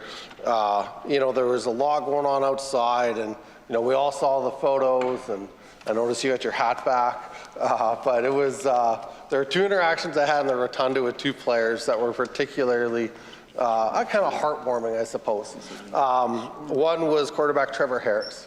I had a quick moment to just say thank you for the season, and I expressed how much my 12-year-old son would have wanted to be there to meet him. And he said, well, give me your phone. And I said, well, I'm trusting you here. I've never met this guy face to face. And I opened up my phone and I handed it to him, and he opened the camera app and he turned it toward, and he recorded a message to my son. Hear, hear. Which was pretty cool. So I was able to send that home, and you know, my 12-year-old son Tom was ecstatic to receive the message. So I want to thank Trevor for that. And then I was chatting with long snapper Jorgen Hughes, Saskatoon guy, graduate of St. Joe's Collegiate in Saskatoon, made a career in the NFL, has been the long snapper for the Rough Riders for a number of years. And he took my phone and recorded a message to my youngest son, Miles, just congratulating him on his flag football season and saying, way to go from the Saskatchewan Rough Riders. These are the kinds of community members that we're so lucky to celebrate here at the end of that parade last week. And I just want to share those two examples as we had a chance, you know, last week to honor the season that they had. And we are today, you know, debating Bill 29, the Tailgate Act. You know, it's pretty exciting when we look at what the Rough Riders were able to do this year, but when you look at what they're able to do in the context of Canadian football, this is the greatest football province in our country. Hear, hear. And this is the greatest franchise in the league. Hear, hear. And the football culture that the Saskatchewan Rough Riders have been able to build, it goes throughout all football organizations, whether it's from, you know, minor football, youth football, high school football, women's football. It's throughout the province, and we're so thankful for that. And you know, I'm hopeful that this legislation will help to develop that culture and build it in a positive way moving forward. I think of how exciting it was to have CEO Craig Reynolds here on the day that this bill was introduced, and then to come back with Gaynor and sit up in your gallery to have Green and White Day proclaimed here. You know, it's been a real run for the Saskatchewan Rough Riders in the legislature. I'm not sure that I've seen this much Rough Rider activity here in the 5 years that I've been here than I have in the last couple of weeks. But, you know, it's pretty exciting time, and so I think that there are always a number of things that we need to consider when we're talking about you know, things like tailgating and changes to permitting and alcohol, things like that. I think that that's being done in a thoughtful way. I know that there's still lots of work to come in the regulations and how this will be enacted, but certainly, you know, on this side of the Assembly, and I know on the other side as well, we're very proud of our Rough Riders, very proud of the season that they've put together, and that continuation of excellence to continue with this team in this province. So at this time, you know, looking forward to see some of the details and regulation, but I'll voice support for the riders, for all that they're doing, and I'll move that we adjourn debate on Bill 29, the Tailgating Act. Hear, Thank hear. you. Members move to adjourn debate. It is the pleasure of the Assembly to adopt the motion. Carried. Government orders, adjourn debate. Item number 3, resume debate on the second reading motion for Bill number 30, the Interjurisdictional Supports Orders Amendment Act 2025. MLA Gordon. I recognize the member from Regina Mount Royal. Thank you, Mr. Speaker. It's a pleasure to enter in briefly here today on Bill number 30, the Interjurisdictional Support Orders Amendment Act 2025. This is all about international child support cooperation. Of course, that's something that we support. It's critical that we're able to enforce child support, make sure that families, children, our parents that are due child support are able to receive that child support, make sure we have all the tools to make sure that that's enforceable. The Hague 2007 Convention on the International Recovery of Child Support applies and is law here in Saskatchewan, and this creates an agreement with foreign countries to enforce collection of child support.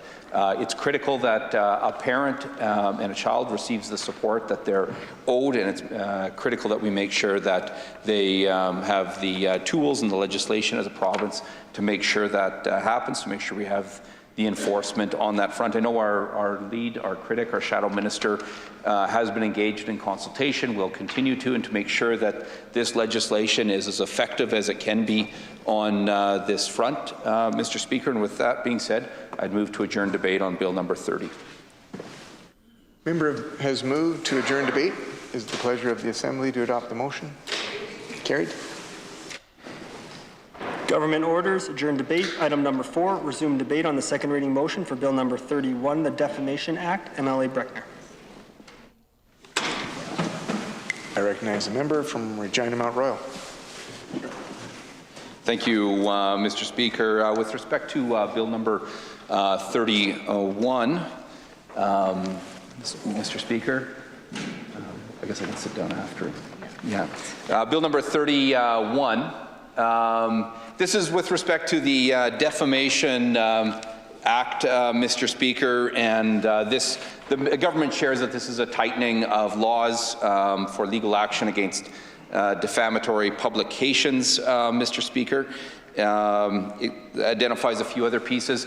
What I know is our Justice lead, our Shadow Minister, has reviewed this act, will continue to work with stakeholders on this front and make sure that what the government's aiming to do is effective and that it makes sense and that it respects rights, Mr. Speaker. So we'll leave that consultation. I'd invite anyone through the legal community on this front that has expertise to share that perspective with our team, with our Justice Shadow Minister, Mr. Speaker, and certainly it'll be our aim to make sure that any legislation that's advanced makes sense and is effective in its aims, Mr. Speaker. With that being said, I would move to adjourn debate on Bill number 31.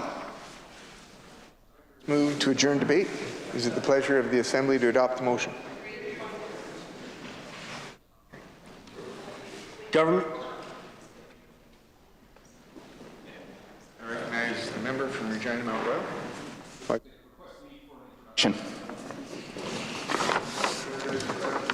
Introduction is leave granted. Carried.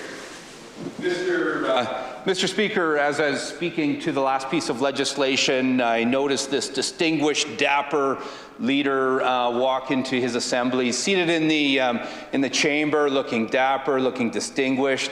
You know, he's obviously one heck of a hockey player, Mr. Speaker, but also a federal minister. And it's my honor and privilege to welcome Buckley Boulanger to his assembly here this afternoon, Mr. Speaker, to thank him for his service and his leadership. We all in this assembly got to know Buckley over his many years of service as both an MLA and a cabinet minister. I saw his heart for many years as a colleague, working to make this province that we all love a better place.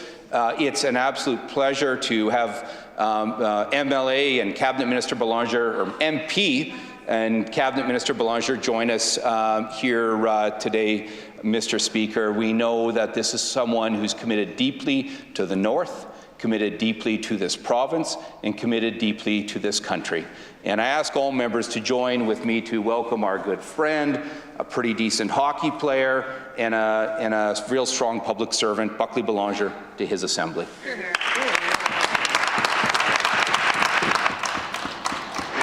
Recognize Minister of Justice. Thank you, Mr. Speaker. Request leave for an introduction. Requested leave for an introduction. Is leave granted? Thank you very much, Mr. Speaker. I would like to join the member from Mount Royal in welcoming our esteemed colleague and friend, Buckley Boulanger, back to his legislative assembly. Of course, Mr. Boulanger is now Secretary of State with the federal government, and we thank him very much for his service. I've had the honor of working with him through the summer in our respective roles, and it's been just a true pleasure working with him as a member from Mount Royal. Indicated his passion and commitment to the people of the North is unmatched, and we thank him very much for that. I haven't seen him play hockey, Mr. Speaker, so I can't say. All I would say is I'm certain he is better than the member from Mount Royal. But we do thank him and welcome him back to his legislative assembly.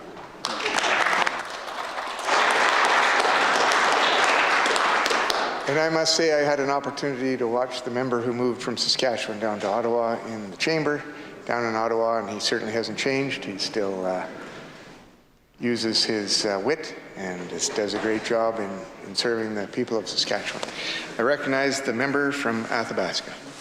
Thank you, Mr. Speaker, and I would like to join my colleague and also the Minister in welcoming my good friend, and it's good to have him here. I know they speak a lot about his hockey skills, Mr. Speaker. Well, I was up in Isla Crosse and visiting, and one of the stories that I shared, everywhere I went, they spoke about Buckley's hockey skills. And I said, well, you know, he can shoot and hit and score like an NHL player, but I don't know how he's able to do that from the bench, Mr. Speaker. It's good to see him here today, Mr. Speaker, and like I said before, he had served the good people of Athabasca for 26 years, and it's nice to have him here at the Assembly. I just want to say thank you to both the Minister and my colleague for welcoming Buckley to his Assembly, and I invite all members again to do the same, to welcome this good man to his Assembly. Thank you, Mr. Speaker. I recognize Minister of Government Relations. It was 2-1, Mr. Speaker. We got to be here equal on all sides, Mr. Speaker. I would like to rise and join on this occasion to welcome Secretary of State Belanger to his Legislative Assembly. Mr. Speaker, I had the opportunity this past summer to visit him in Ottawa, had conversations with several mayors and Sarm and Suma delegates regarding infrastructure in our province, Mr. Speaker. And as far as a voice for rural Saskatchewan, we appreciate Mr. Belanger's efforts. The best part of today, and him being in your gallery, Mr. Speaker, is he can't make fun of me in this House. So I'm happy to see him there today and ask all members to welcome him here today. Thanks.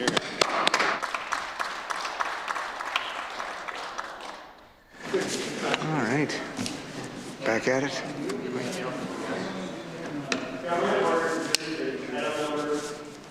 Resume debate on the second reading motion for Bill 32, the Defamation Consequential Amendment Act 2025. MLA Bruckner. I recognize the member from Regina Mount Royal. Thank you, Mr. Speaker. It's a pleasure to enter, and it'll be real brief with respect to Bill number 32. This is the Defamation Consequential Amendments Act 2025. It supports the previous legislation, Bill 31, that I just spoke to. All the same comments on that front, Mr. Speaker. Our Justice Shadow Minister is engaged in those consultations. We invite submissions and the perspective of those with expertise on this front, because obviously it will be our aim to make sure that what's brought forward in the Act is common sense and effective in its aims, Mr. Speaker. So with that being said, I would move to adjourn debate on Bill number 32. Members move to adjourn debate. Is it the pleasure of the Assembly to adopt the motion? Carried. Government orders, adjourn debate. Item number 6, resume debate on the second reading motion for Bill number 33, the Credit Union Amendment Act 2025, MLA Warrington. I recognize the member from Regina or Saskatoon Silver Spring. Thank you, Mr. Speaker. It's a pleasure to be on my feet today to address the Bill number 33, the Credit Union Amendment Act.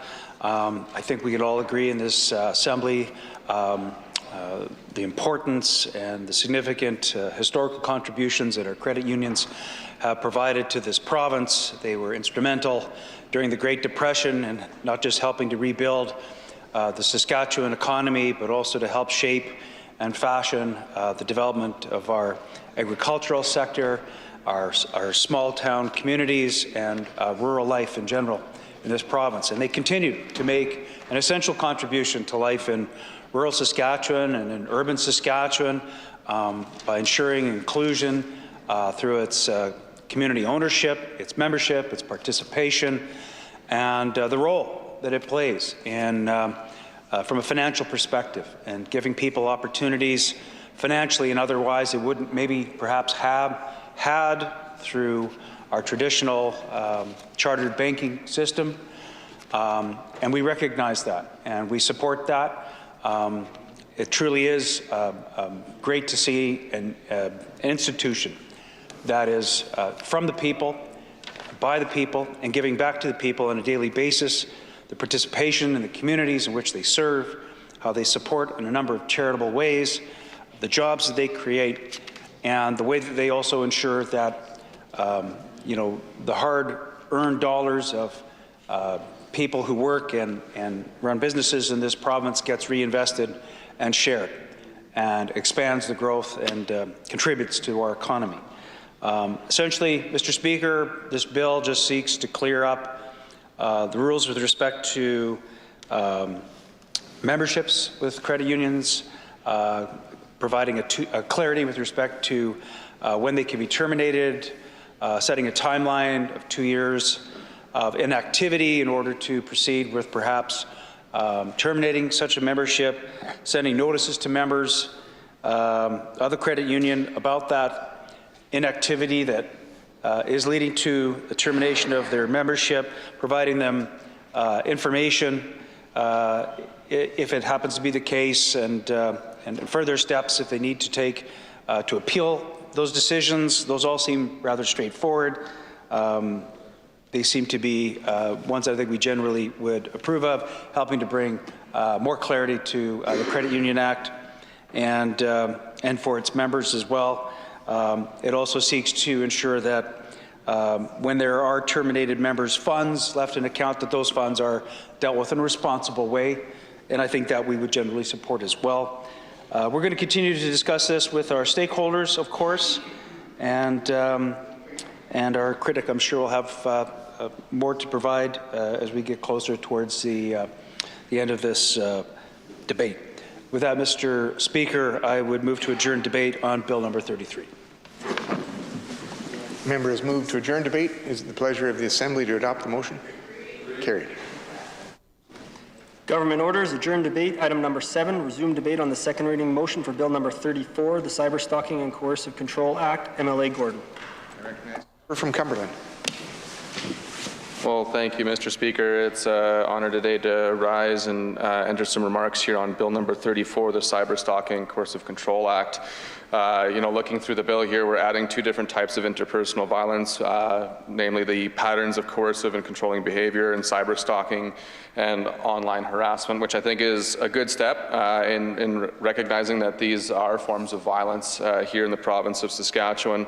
I do, however, want to put onto the record as well that for years the Sask Party government has had the worst record in Canada for intimate partner violence and gender-based homicide, as well as severe crimes, and it's only getting worse. I look to a news release here in the province of Saskatchewan where the 2025 Domestic Violence Death Review report found that Saskatchewan has one of the highest rates of domestic violence and domestic homicide here in Canada. And I've had the opportunity to serve in this House for just over a year here now, Mr. Speaker, and I can say that I've seen a little bit of the work of this government in other files, and I can say that in response to this very large crisis here in Saskatchewan, I don't have confidence so far from what I've seen from this government and that minister, and that's why we've called for an IPV strategy from the Minister of Justice. In my early days of being elected as the member of Cumberland, I got to sit down with a good friend of mine who's been doing incredible work with Pewaupin Women's Shelter in LaRange. And talked about many of the different challenges that women and men in northern Saskatchewan are facing in fleeing domestic violence. And it's again why so many people on this side of the House, we've been involved in those conversations with people on how to flee domestic violence and some of the acts of violence that we see here now added through this legislation if and when it passes. And so for me, I have confidence in the many conversations that our team is having with people to bring meaningful change here to the province of Saskatchewan. This is a good step in the right direction, but I know that there needs to be much, much more done, and I know that our Shadow Minister will have a lot more to say on this front as well. But for now, I will move to adjourn debate on Bill number 34, the Cyberstalking and Coercive Control Act. Members move to adjourn debate. Is it the pleasure of the Assembly to adopt the motion? Carried. Government orders, adjourn debate. Item number 8, resume debate on the second reading motion for Bill number 35, the Mineral Resource Amendment Act 2025. MLA Breckner. I recognize the member from Saskatoon Silver Spring. Thank you again, Mr. Speaker. I'm on my feet here to join in the debate for the Mineral Resources Amendment Act 2025, Bill number 35. I'll say right off from the start that I think all the members on this side agree with the intent of this act. We support the exploration, the development, of our mining industry in this province. And I think what this act does is to ensure there's a little bit more clarity, a little bit more certainty, and a little bit more stability with respect to how this province engages with that. I think we would all agree, and I know certainly all my colleagues on this side agree, of the tremendous opportunity in the mining sector in this province. There's loads and loads of opportunity. There's an entirely new economy waiting to be had for the people of this province, and so we would support any activity and any bill proposed that would help to ensure that that happened. Bill number 35 looks to establish the rules for designated subsurface development areas to maximize mineral exploration and extraction. For certain, I think we can agree with that. That is a noble endeavor. It also looks to ensure that all the rights of property owners are respected, that if there's any proceeds from that is dealt with in a responsible way. But I think it also ensures that, that we can continue to do exploration without missing out on vital opportunities unnecessarily, and I think that's an important aspect moving forward. So those of us on this side will certainly be supporting that part of this bill for sure. The only other note I would like to add for the record is in ensuring that this is done in a responsible fashion, it is also incumbent upon the government to ensure that all parties and all stakeholders are adequately consulted, including our folks from the North and our First Nations communities. With that, Mr. Speaker, I would seek to adjourn debate on Bill number 35. Member has moved to adjourn debate. Is it the pleasure of the Assembly to adopt the motion? Carried. Government orders, adjourn debate. Item number 9, resume debate on the second reading motion for Bill number 36, the Change of Name Amendment Act 2025. MLA Gordon. I recognize the member from Cumberland. Well, thank you, Mr. Speaker. Again, it's an honor to rise here today and enter in some brief remarks on Bill number 36, the Change of Name Amendment Act 2025. In looking at the bill very quickly, it allows only permanent residents and citizens to be able to change their names, which does make me a little bit curious as to know how often temporary residents of Saskatchewan were attempting to change their names and the reasons why they would be doing that. We'll have to, I know that in part of the processes of this bill's passage, we're going to have to be reaching out to many stakeholders, and I encourage the government to do the same, of reaching out to the stakeholders and look at the processes that would need to be there to notify the police and making sure that that's done safely and responsibly. Again, we just a few moments ago we were talking about domestic violence here in the province of Saskatchewan. We need to make sure that as people are changing their names, that when they do notify the police, that they're able to do that again, that respects the privacy and also making sure that we're doing these things safely and responsibly. I know that there's going to be, as our province, we had also talked about this earlier today about the beauty of the diversity of this place that we call home here in the province of Saskatchewan, and we welcome the greater freedom to respect the people's cultural and religious naming practices. For myself, I've got a family that also comes in from the Philippines, and it wasn't until we were filling out our passport applications that my wife found out that her birth certificate was not exactly as she remembered it, and put it onto her driver's license. There was a small CE that was added in there, and it was due to her mother's maiden name. Wouldn't quite fit onto the full application, so she typed as much of it as she could in, and in the Philippines it added just CE. And so when we were going through that passport application, found some pretty cool things in the way our families passed on the names. I know I'm not allowed to say my name in the chamber here, but again, following up my father, grandfather, is a very interesting the way my family has decided to pass on the name through different generations. So it's interesting to see some of the things that have come up here through the Change in Name and Amendment Act. I know some of my colleagues may have some further comment on it, but for now I will move to adjourn the debate on Bill number 36, the Change of Name Amendment Act 2025. Member has moved to adjourn debate. Is it the pleasure of the Assembly to adopt the motion? Carried. Government orders, adjourn debates. Item number 10, resume debate on the second reading motion for Bill number 37, the Vital Statistics Amendment Act 2025. MLA Breckner. I recognize the member from Saskatoon Eastview. Thank you, Mr. Speaker. I'll be fairly brief with my comments on Bill 37, the Vital Statistics Amendment Act. Of course, many of the changes brought forward here with these amendments are also related to the previous bill debated, Bill 36, to facilitate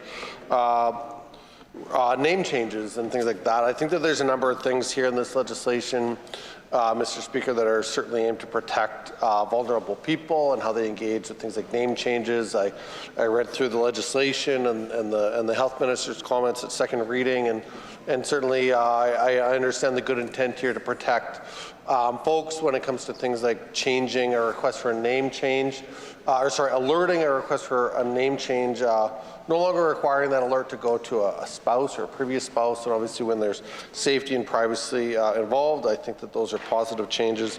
I understand that also some of the changes here are intended to support a diverse population, and as we heard from the Minister, Parks, Culture and Sport earlier, certainly we agree that, for many people, strength as our provincial motto is so important that that's reflected in all legislation, I think is fair to say. And so if we need to make changes and amendments to the Vital Statistics Act, certainly I think in the interest of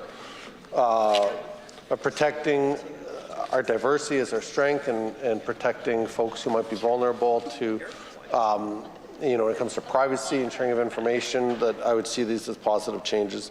Certainly look forward to hearing comments from my colleagues in opposition and our lead on this when it comes time. I'm sure we'll have further questions, but at this time I'll move that we adjourn debate on Bill 37, the Vital Statistics Amendment Act. Thank you. Members move to adjourn debate. Is it the pleasure of the Assembly to adopt the motion? Carried. Government orders, adjourn debates. Item number 11, resume debate on the second reading motion for Bill number 38, the Building Schools Faster Act. MLA Warrington. Recognize the member from Saskatoon Fairview. Thank you, Mr. Speaker. It's my honor to enter into debate today on Bill number 38, the Building Schools Faster Act. This bill applies to new builds rather than replacements or repairs, and it delineates that school divisions are responsible for identifying the need for new schools, although the minister can set guidelines for when new schools are needed. It leaves municipalities as being the responsible party for acquiring land to build schools on. Although the minister can order municipalities to acquire land, and if they don't, the government can withhold revenues equal to the market rate of the land with 60 days notice. It ensures that before buying land, municipalities and school divisions must present the minister with a contribution agreement for cost, timeline, land needs, and so on. And if the land is found to not be used for a school site, they may need to pay the ministry as a result. In this particular bill, Mr. Speaker, of course, it's encouraging to think about the idea of schools being built faster. I know we all know of projects that have taken extraordinarily long from start to finish to take place. I think some of that has to do with the centralization of Sask builds in the procurement process. And, we've heard about this in the healthcare field as well, how it's actually slowed down new projects as well, sort of having to funnel everything through Sask builds. So I'm curious about how this legislation is going to interact with that current process, or if it's aside from it altogether. I do know that although this legislation is talking about new builds, we certainly have a lot of schools that need repair as well. And those schools are in dire need of attention as well from this government. So many different schools in poor condition. I think about the Ecole Monique Rousseau School in Saskatoon that literally had its roof crumbling on top of students. That was only 2 years ago, Mr. Speaker, as well as this past September, after asking, We finally did a Freedom of Information request to find out the conditions of schools and found out that 13 schools across our province are in critical condition, which is as serious as it sounds, Mr. Speaker. And so it shows that the Monique Rousseau situation is not a one-off situation. It's something that needs attention from this government. Those repairs need attention. And it's not simply that there are 13 schools, in fact, that 132 schools actually ranked as having poor condition, you know, needing significant repairs as well. And this facility condition index isn't arbitrary. It's a well-respected, well-known process, the FCI, amongst experts in their field. So it's not like, hey, take our word for it. It's take the word of people whose job is literally assessing the condition of these facilities.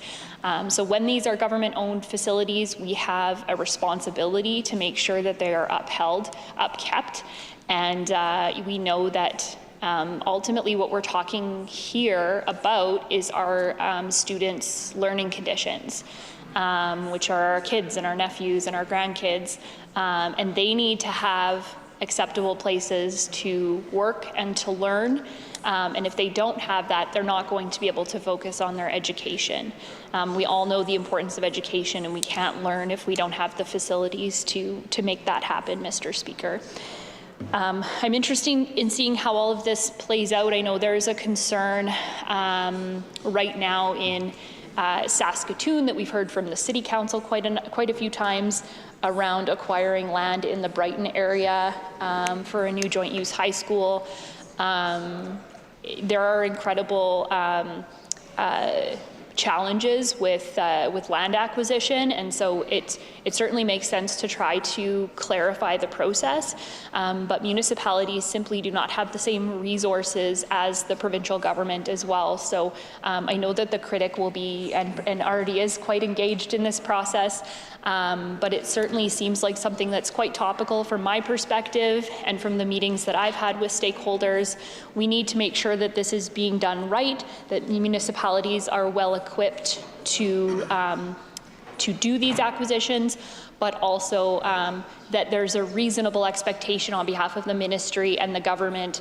You know, when you see some of these penalizing measures, making sure that the municipalities do in fact have the resources to make that happen, that it's a reasonable request of the municipality as we're looking at the whole process. So these things I think need to be considered. Many more of my colleagues will get into some of the details as they come about, but with that I would move to adjourn debate on this bill, Mr. Speaker.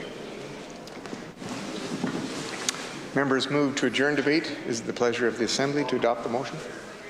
Carried. Government orders, adjourn debate. Item number 12, resume debate on the second reading motion for Bill number 39, the Building Schools Faster Consequential Amendment Act 2025, MLA Warrington. I recognize a member from Saskatoon Fairview.